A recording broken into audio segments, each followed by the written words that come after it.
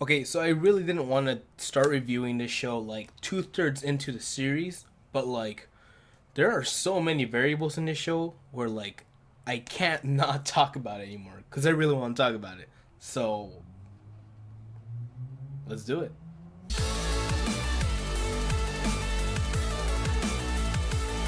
Alright, so we start off where we left off in the last episode. We're being chased by this giant monster thingy that's apparently called the White Whale. Ooh, scary. And we're doing our best to get away from it, which is not really happening because like that thing's fast and it's big and it can eat you at any second. So what Rem does is that she says, I'm telling you, man, this girl deserves the waifu of the year award. She's like been to the extremes just to save this guy's ass.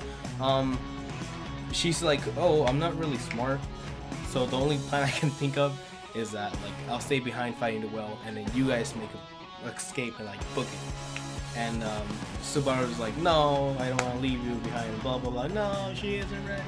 But she forcibly knocks him out and stays behind. So she did that. Wife of the year award.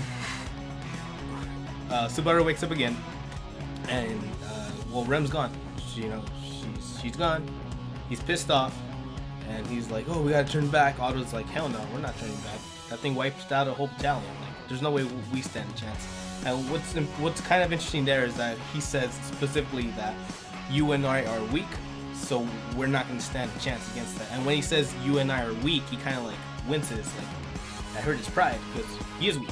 He got his ass kicked in the arena last time where we saw. So we know he's weak. He cannot handle this word, and that bothers him because that's, I guess, the whole deal, that he's too weak to protect the people he cares about. I'm just gonna put this out there too while I'm talking. I do not like the way Subaru's acting right now. He's really like acting brash and immature, and like in the beginning of the series he was kind of like funny and like upright and like cheery and uplifting, and we got accustomed to that. And then now it's understandable because with all that he's going through and all the stress and like dying X amount of times just to try to save her, that he would kind of snap. It's kind of funny because like people say that your body can survive, but can your mind? And we're at the point right now where I think with him where his mind is snapping and he can't handle the stress of like dying over again. So I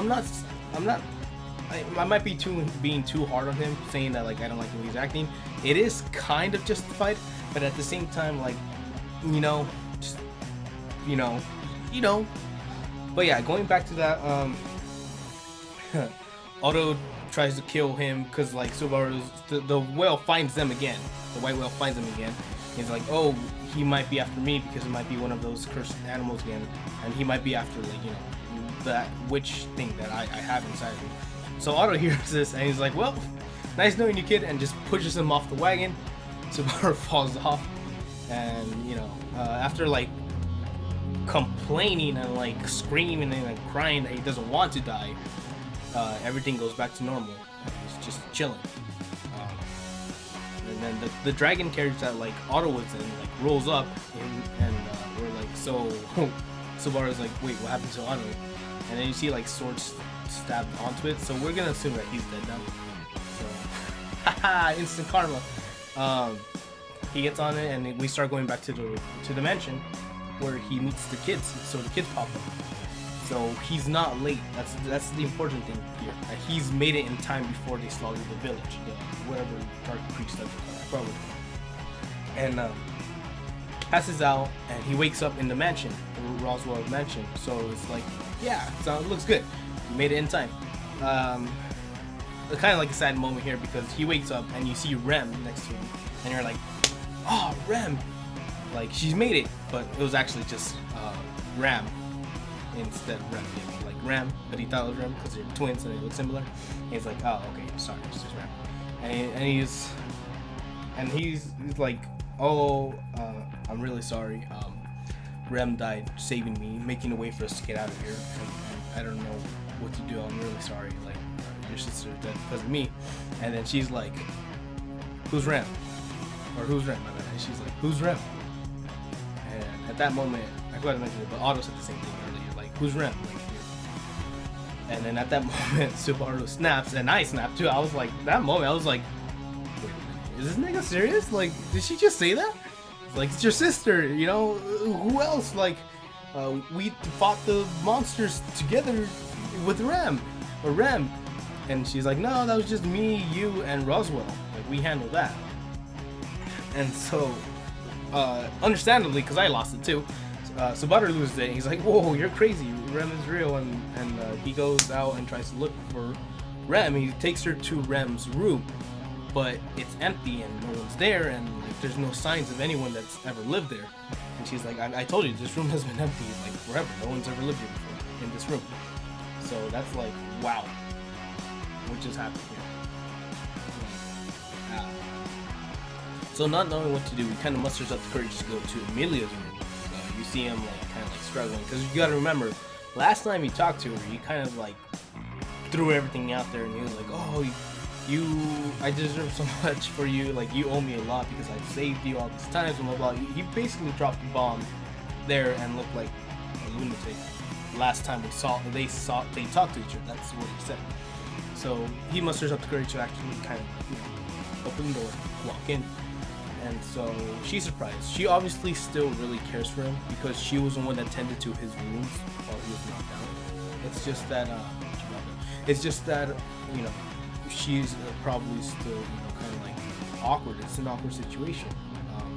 She doesn't know what to do. She can't believe him. She can't trust him because to her, he's been lying to her this whole time. He hasn't told her anything.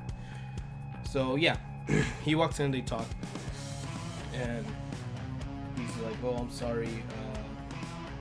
He brings up Rem again. He's like, "Rem saved me," and blah blah blah. It's going because of her that we got to make it. And she says the same thing. Who's Rem? So now we're like, it's crazy. Like, you know, it's not just one person. It's not just some random guy we met. It's not just this twin. It's supposed to be your twin, man. She doesn't know who she is. But it's also like the girl, you know, that we kind of like trust and believed in. So like, if she doesn't know, there's no way that she's lying. She wouldn't lie that way, like that. So she honestly has no idea who Rem is. And we're the only ones who know who that is, who even remember who that is. And so that's when he snaps, and he's like, you know what? If you guys are just gonna forget about Rem and you guys are gonna like go crazy, and if I'm going crazy, then I'm just gonna tell you everything. I don't care if like I die or if every time he tries to tell Emilia about what's happening, or that he goes back in time when he dies, he sort of gets like the dark power, whoever's controlling or whoever gave him that power, kind of like chokes him up and kind of like almost kind of kills him. And so he's like, I don't care if that happens, like whatever. I'm just gonna tell you everything, and that's that. I don't care if I die, whatever. So he starts to tell her, he's like, okay, so the truth is that every time I die, I go back in time, is what he's trying to say. But as he's saying that, the same kind of like feeling starts going. You see the dark hands kind of like reaching for his heart, like about to like squeeze it or kill her, I don't know. But this time, instead of the things happening to him, we kind of pan out and we see that Emilia has blood all over her mouth and that she is dead. So that's a big thing now, because now we know that not only can that whatever that is, not only does it affect Subaru, but it can also affect Emilia or anybody around him. So even if he really wanted to tell her, or even if he is about to tell her, he can't, because now they're in danger. If it was only him, then yeah, whatever. Like, I don't care if I die, just do it. But now he can't say that because it might hurt someone else, like him, Ram, anybody. So that's pretty harsh. So right as this happens, Beatrice walks into the room, and we haven't seen her in a long time, so I missed her. And something's off about her. Like, she knows what's going on, right? Because like, she doesn't seem phased. She's not upset that Emilia's dying or dead, and she's just like whatever's. And she walks in. She's like, I assume you want something out of me. You want something from me. And Subaru's like, I want you to kill me. Assumingly, I don't know what he was thinking. Maybe he was just done with life and wants to quit. But I assume that he just wanted to die so he can go back in time and fix this. But she's like, no, I'm done like suffering. Like I don't want to suffer at your hands. I don't want you to have to go through this again. So if you're gonna die, die somewhere where where I won't see you.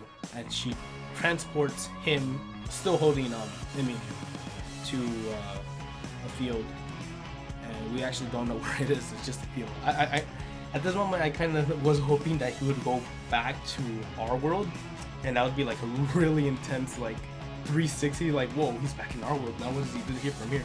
But no. So that happens, and you look around and you see the whole clan of the Shadow guys. I forget what they're called. I'm gonna call them the League of Shadows, like the Batman. Yes.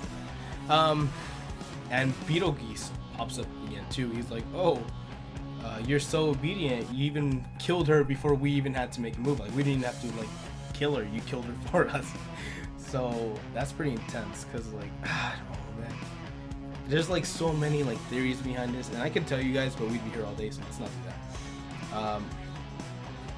Beetlegeese, and he's goes to kill them, but you see the same hands that kind of like attack him when he has those thoughts, or those, you know, when he's getting attacked. The same hands pop from Beetlegeese, and they kind of like reach out to him, and he dodges just in time. And then Beetlegeese freaks out because like supposedly, like, apparently nobody can see those hands, and so he's like, oh, you just saw those hands. That's not supposed to happen. You can't see them. He calls it Love. I don't know who Love is, but he says Love gave those to me. We're assuming there's a person that like gave a Subaru the backwards step thing, whatever, and him the power, the one that's pulling the strings. He's like, Love gave those to me. You can't see him because only I can see him. So that's wrong, and he freaks out and he keeps on trying to kill them. So Beetlegeese is going for the kill. You know, he has those hand stings. They multiply, and they're about to attack Subaru and Emilia, who is already dead. So whatever. And so he's about to attack them, and then brand spanking out of nowhere, you see like icicles like shoot from the sky and like around them, trying to hit them, trying to protect, protecting Subaru and Emilia. And you hear the voice in the sky, or like this figure in the sky, and he's like, "What do you think you're doing to my daughter?" So I was just like, "Damn!" I was like, "Damn! Whoa, who's that? Who's the daughter, Emilia? Who's her dad?" And then freaking Puck pops out of nowhere. And like Puck was the one that said that, but except this time he's kind of like more of a, kind of looks like you know, he used to be a kind of like fox looking like thing. Now he's more like a wolf, like really like seriously mad, just kind of like deadly. He looks deadly. Before he looked kind of cute, now he looks deadly, and he's pissed. He's like, what do you think you're doing to my daughter? So now that's the whole new bomb that's been dropped on us, and that's where the episode ends. So, well, I honestly don't know what's going on anymore. First of all, what the hell happened to Rem? Like, she is best girl of the year. We cannot let her be a figment of imagination. Please don't let her be a figment of imagination. Is Emilia dead? Probably. She's gonna come back though. Subaru might die. We start over again. Like I said earlier, I don't know. I really don't like how Subaru's acting. He's acting really bold and brash, and you know, it's just, he needs to relax and just kind of like think things through. He's just like a wild animal trying to do everything. What I'm hoping the series is doing is like in the beginning, in the opening, you kind of see him like on the ground floor, like kind of like drowned and hitting the floor.